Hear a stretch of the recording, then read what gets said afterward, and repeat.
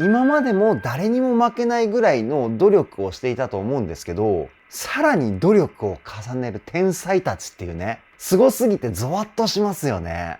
ボイストレーナーのつるさんです。皆さんいかがお過ごしでしょうか？今回の動画はですね、SnowManショータイムミュージックビデオ。こちらを見て歌声分析をしていきたいと思います。つるさんのボーカルルーム。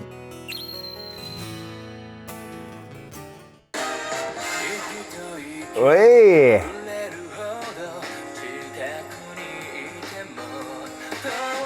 かっこいいね。出だしは渡辺さんの歌声なんですね。僕の勝手なイメージなんですけど、いつも渡辺さんは中音域から高音域を担当することが多いと思っていて、今回みたいな低音域を担当するのがすごく新鮮ですね。そしてめちゃくちゃかっこいい。で、声の出し方としてはですね、声の太さをコントロールする肺の中の空間、胸腔共鳴っていう音色が非常に強い歌声になってます。そして肺の中で作られた歌声をですね、鼻の中に入れるような声の出し方かな。太くてかっこいい音色を肺の中で、そして色気のある雰囲気をですね、鼻で作ってるんですよ。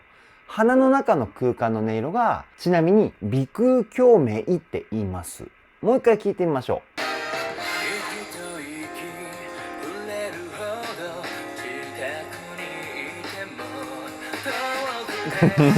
最後の遠くてのところで声のパワーを上げるっていうところもかっこいいですよね。で、全体的に歌声に息の音を混ぜるウィスパーボイスっていうテクニックも使ってます。いやー、素晴らしいですね。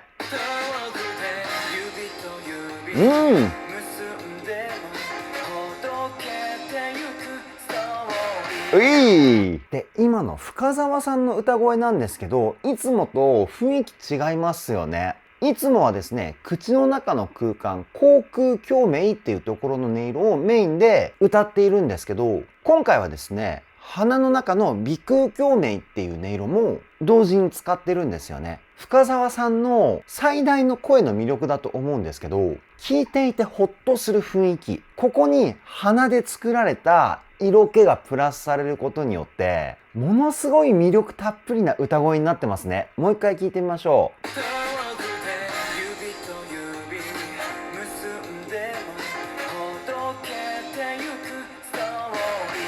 う。かっこいいですね。そしてこのどことなくあどけない感じもですね、ものすごい魅力ですよね。いや、この短期間での歌声の変化、ものすごい練習してるんじゃないかなっていうふうに推測します。いいね。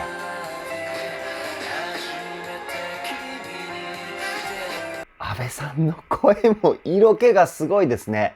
で、もともと安倍さんの歌声ってものすごく優しい雰囲気、そして温かい雰囲気がたっぷりの歌声じゃないですか。そこにウィスパーボイスで作られたこの色気、たまらないですね。安倍さんはですね、鼻の中の鼻腔共鳴の音色が中心の歌声になってます。もう一回聞いてみましょう。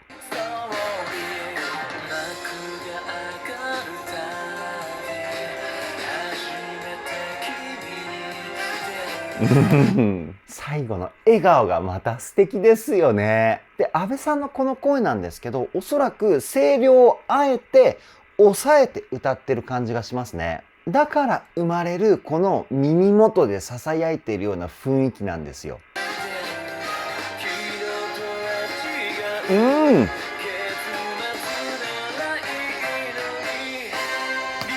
かっこいい。みんなかっこいいですね。これはいつものことか。ごめんなさい。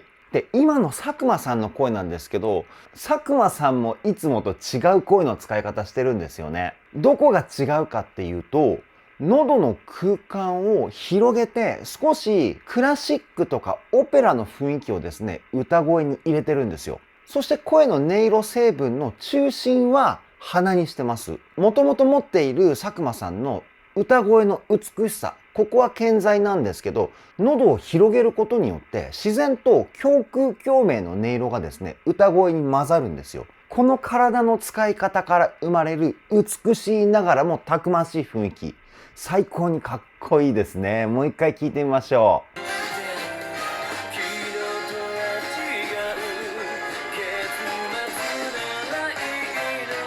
声質が太いのに美しい。なんか妖艶って感じですよね。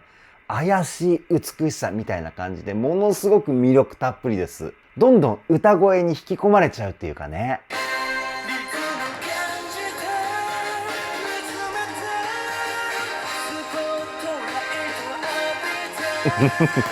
やばいね。岩本さんのこの声やばいですね。岩本さんっていい意味で歌声に二面性があるっていうふうに僕は思っていて、ラップの時はゴリゴリのかっこよさ。そしてこういうジャズだったり R&B みたいな大人な雰囲気の楽曲は溢れんばかりの色気を感じることのできる歌声をチョイスしてしっかりと世界観をつなげるっていうね。この裏声の美しさもやばいですよね。で、岩本さんのこの声はどうやって出してるかっていうと、口の口腔共鳴と鼻の鼻腔共鳴、この2つを同じぐらいの割合で使ってるような声の出し方かな。だからラップの時ほど声質は太くないんですけど、口腔共鳴を使うことによって言葉の輪郭がはっきりと聞こえてきますし、歌詞がものすごく伝わるというか、そして鼻腔共鳴で美しい音色をですね、奏でている歌声なんですよ。もう一回聞いてみましょう。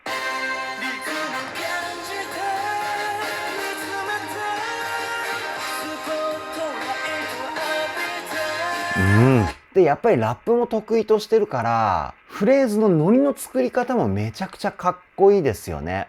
子音の発音を強調する部分だったり、音を切るポイントっていうのを適度に入れることによって、弾んだような雰囲気も作り上げてるんですよ。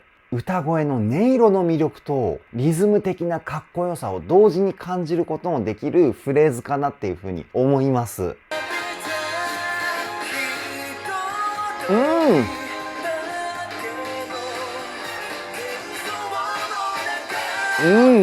舘様のこの力強くてセクシーな歌声も最高ですね。で、歌声を聞いていて、すごく切ないように聞こえるじゃないですか。これはですね、喉の空間をあえてギュッと絞ったような体の使い方をしてるんですよね。そうすることによって、いい意味でちょっと苦しそうに聞こえるんですよ。声の雰囲気がね。で、舘様ってもともとこういった体の使い方で歌うことが多いので、今回のショータイムの楽曲の雰囲気と舘様の声の相性、ものすごくいいと思います。もう一回聞いてみましょう。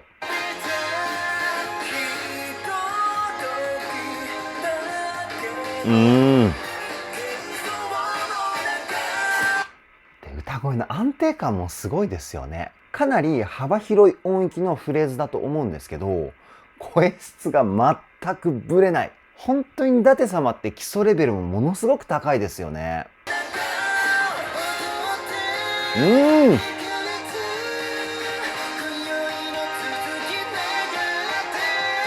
向井さんのこのハスキーな雰囲気もすごく楽曲に合いますよね。無邪気さを感じることのできる切ない歌声っていうか。で、向井さんの歌声はですね、鼻の鼻腔共鳴が中心になってます。よく聞くと、鼻声の音色を感じることのできる歌声かなっていうふうに思うんですけど、この鼻声の音色を歌声に混ぜる。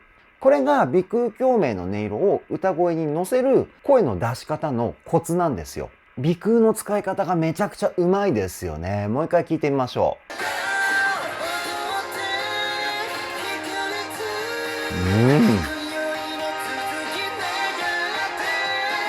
裏声もものすごくいいですよね。個人的にこの裏声になった時に向井さんの歌声の魅力が 120% 発揮されるっていうふうに思っていて、裏声になると息の音がですね、自然と声に乗るんですよね。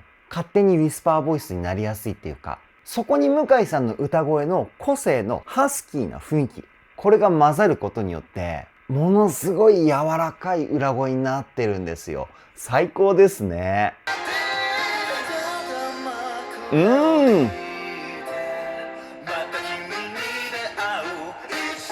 ラウールさんも今回新しい声を使ってます。みんな今までに披露したことのないような歌声チョイスをしてますね。で、ラウールさんは何が新しいかっていうと、口の中の口腔共鳴の音色を多めに歌声に混ぜてるんですよ。いつもは鼻腔共鳴中心だったんですけど、発声方法が大きく変わっています。で、少しだけ喉の空間も広げているし、いや、この新しい表現、やばいですね。もう一回聞いてみましょう。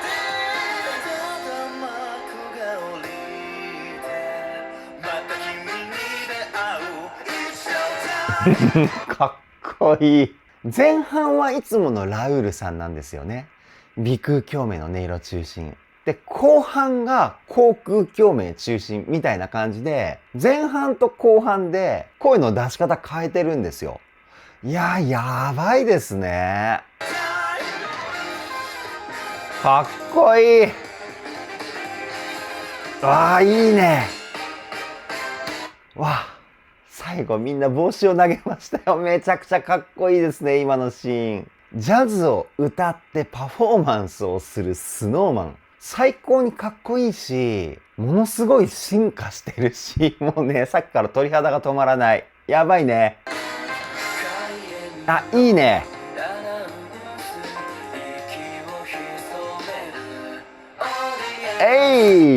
深澤さんと阿部さんのユニゾンパート。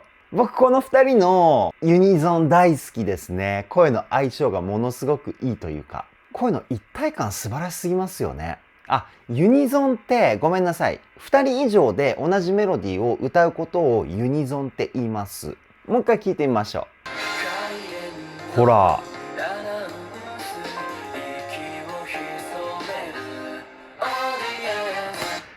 オーディエンスの直前のブレイク。やばいね。ブレイクっていうのはね、バックの演奏の音が止まる瞬間のことをブレイクって言います。超かっこいい。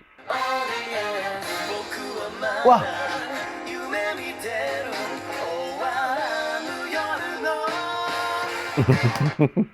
すごいね、このハーモニー。メインメロディーがラウールさんの上ハモリで佐久間さんが歌ってんのかな。で、ここはラウールさんも佐久間さんも2人とも鼻の鼻腔共鳴の音色中心で歌ってます。こういうハモリになった時に声質を揃えてあげることによってハーモニーがものすごく美しくなるんですよね。それをやってるポイントですね。もう一回聞いてみましょう。ほら。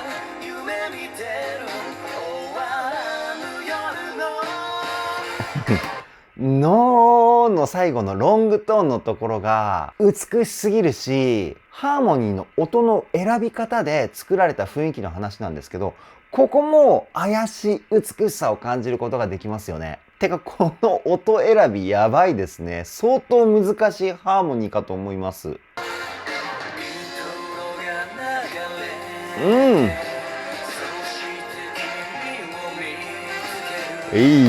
ここは岩本さんと渡辺さんかな。歌声かっこいいチームね。で、ここも聞いた感じ、2人とも胸腔共鳴の音色をメインにして歌ってるんじゃないかなっていうふうに思います。今回のショータイムのユニゾンパート、同じ発声方法で歌ってますよね。だからいつも以上に歌声の一体感がえぐいことになってます。もう一回聞いてみましょう。ほら。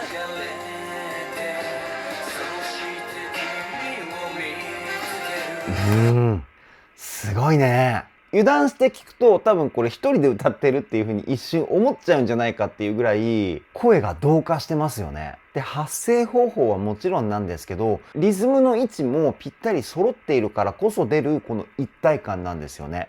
すごいチームワークです。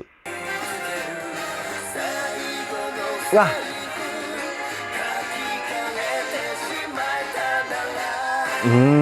ここはメインメロディーが舘様で、上ハモリで向井さんが歌ってんのかな。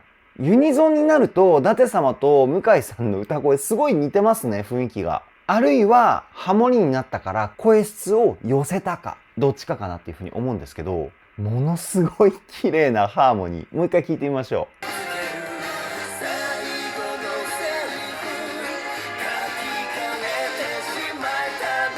う。やばいね。めちゃくちゃかっこいい。で、ここのポイントはですね、2人とも鼻腔共鳴と胸腔共鳴の音色かな。この2つを同時に使ったような歌声チョイスでハモってるんですよ。いやー、素晴らしいですね。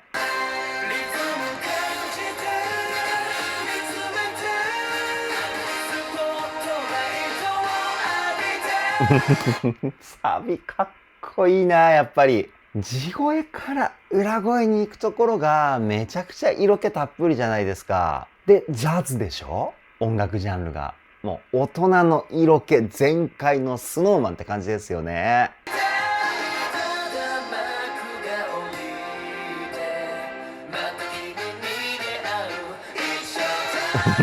やばい。やばいね。かっこよすぎてニヤニヤしちゃう。毎回そうなんですけどね、スノーマンの楽曲を聴くときは。で、2番のサビは全員で歌ってると思うんですけど、やっぱり歌声の一体感が今までとは段違いですよね。前回のグッタイムの時にも思ったんですけど、今回のショータイムはそれをさらに超える進化かなっていうふうに思います。ちょっと今のところもう一回聞いてみましょう。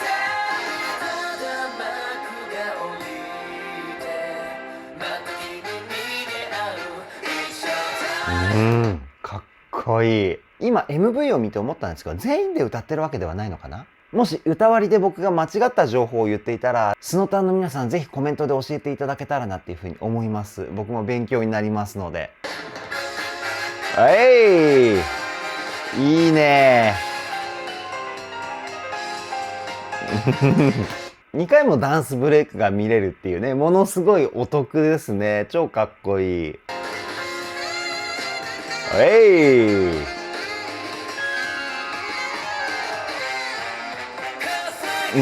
こっから歌い出しね。ごめんなさい。ダンスブレイクはダンスブレイク。歌声は歌声ってしっかりとね、分けてやっていきたい。最高のダンスブレイクでした。かっこいい。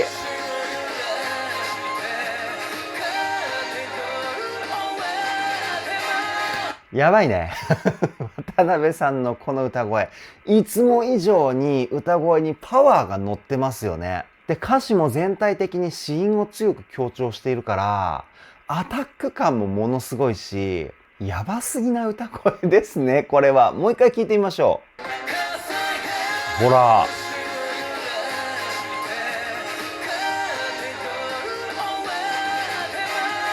すごい。本当にすごい。やっぱり渡辺さんいつも以上に胸腔共鳴の音色をですね、いっぱい使った歌声で歌ってるんですよ。だからこそ生まれるこの歌声のパワー感っていうのもあるんですよね。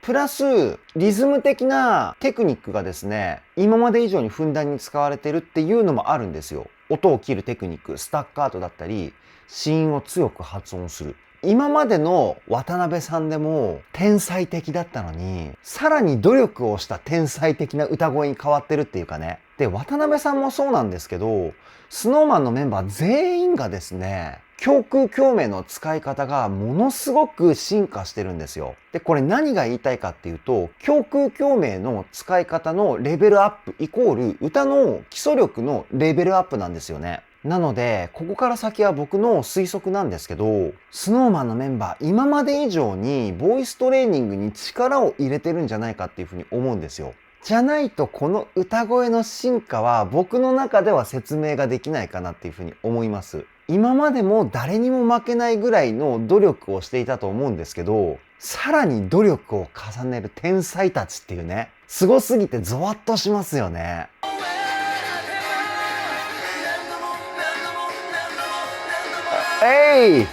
ここで一回止めますよ。ちょっと気になるリズムのフレーズだったので。このタンタタンっていうリズムがですね、どんどん前に突っ込んでいくようなリズムパターン。これをですね、ポリリズムって言います。Perfume さんの楽曲でポリリズムっていう曲があるので、ワードを知ってる方多いんじゃないかっていうふうに思って、今ね、止めて説明しました。めちゃくちゃかっこいいリズムですよね。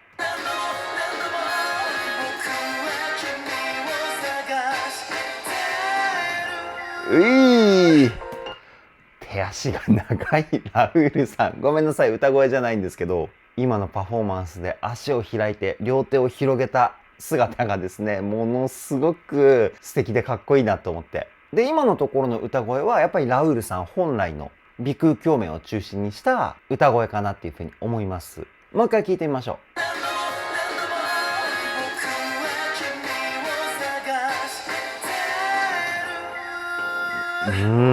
最後のっていうふうにこう息を吐くところもものすごく色気たっぷりポイントですよね。かっこいい。うわ、すごいハイトーンでしたね。今油断してた。もう一回ダンスブレイクが見れるのかなっていうふうに思っていたんですけど、すごいね。誰が歌ったのか今見逃してしまったので、もう一回見てみたいと思います。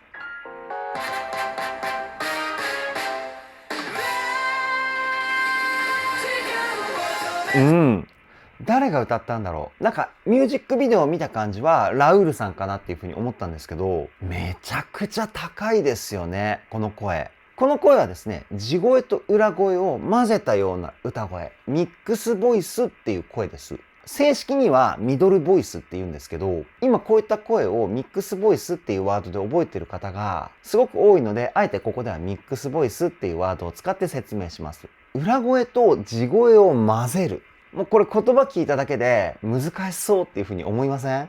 実際ね、ものすごく難しいんですよ。日常生活でほとんど使うことのない声なので、やっぱりね、習得までに時間がかかるし、コントロールもめちゃくちゃ難しい声です。ただできるようになると、裏声で出せる最高音まで地声のような音色で歌うことができるので、表現の幅が一気に広がるんですよね。そして声の音色もかっこいいし、最高でしたよね、今のポイント。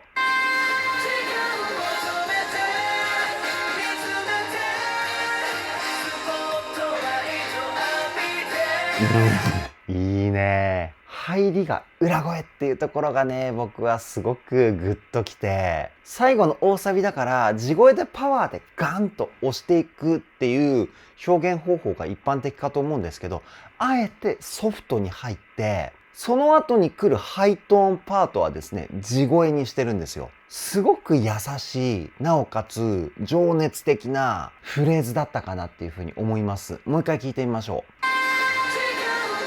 ほら。ほらほら。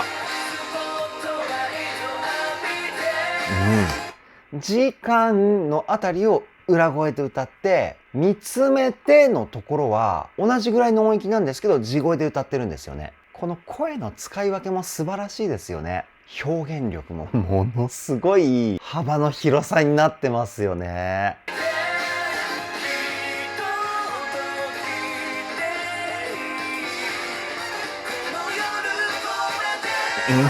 かっこいいな。今のところは佐久間さんと舘様のユニゾンポイントかな。歌声の個性がものすごく強い2人の歌声。ここはいい意味で2人の個性がそれぞれが前面に出ているって感じですよね。だからこそ生まれる声のパワー感っていうのがあると思います。もう一回聞いてみましょう。ほら。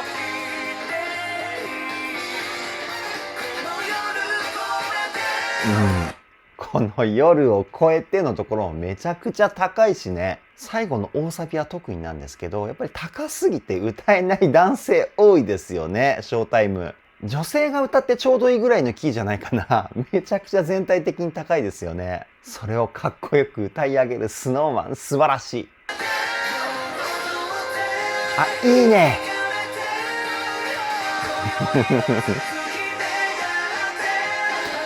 ミュージックビデオの内容がちょっとユニークな感じになってきましたね。こういうのをやってくれるのもSnowManの素晴らしいところですよね。ちょっとクスッとなっちゃうシーンっていうかね。でも楽曲はめちゃくちゃかっこいいっていう。今止めたところなんて煮干しですよ。途中なんかね、ピンク色のオーラとかも出てたしね。で、歌声分析なんですけど、力強いサビのメロディーの上でですね、優しい裏声でのフェイクが入ってるんですよ。この歌声の絡みもめちゃくちゃかっこいいですよね。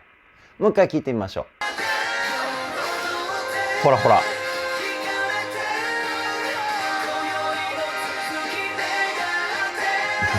ね。かっこいいでしょ。この歌声の絡みかっこいいでしょ。で、煮干しのピストルを撃ってたのは向井さんでしたね。まさかピストルでババーンって撃ったら煮干しが出てくるなんて思わないですよね。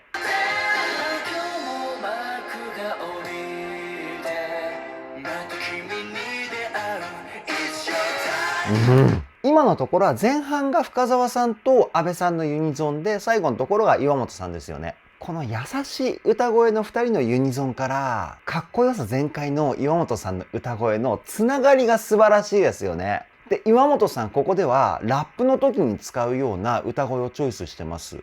肺の中の胸腔共鳴が中心の歌声で、言葉の子音もですねかなり強めに強調して歌ってるので、もうかっこよさがえぐいことになってますよね。もう一回聞いてみましょう。柔らかい。ほら、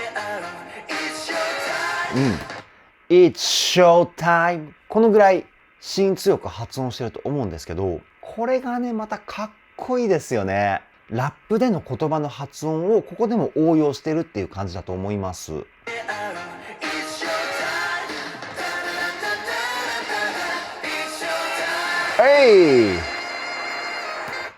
やー、ズバッとサビが締まるっていうね、かっこいいですよね。リズム的なテクニックもですね、SnowManのメンバー全員パワーアップしてるっていうね、恐ろしいですね、この進化スピード。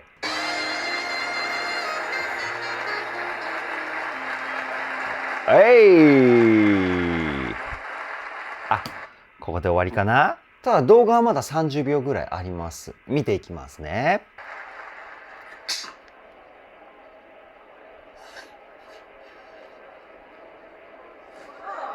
おう僕も思わずおうって言っちゃいましたけど、ラウールさんの懐には猫ちゃんが、さっき歩いてましたもんね。この猫ちゃんが何かキーポイントになってんのかな。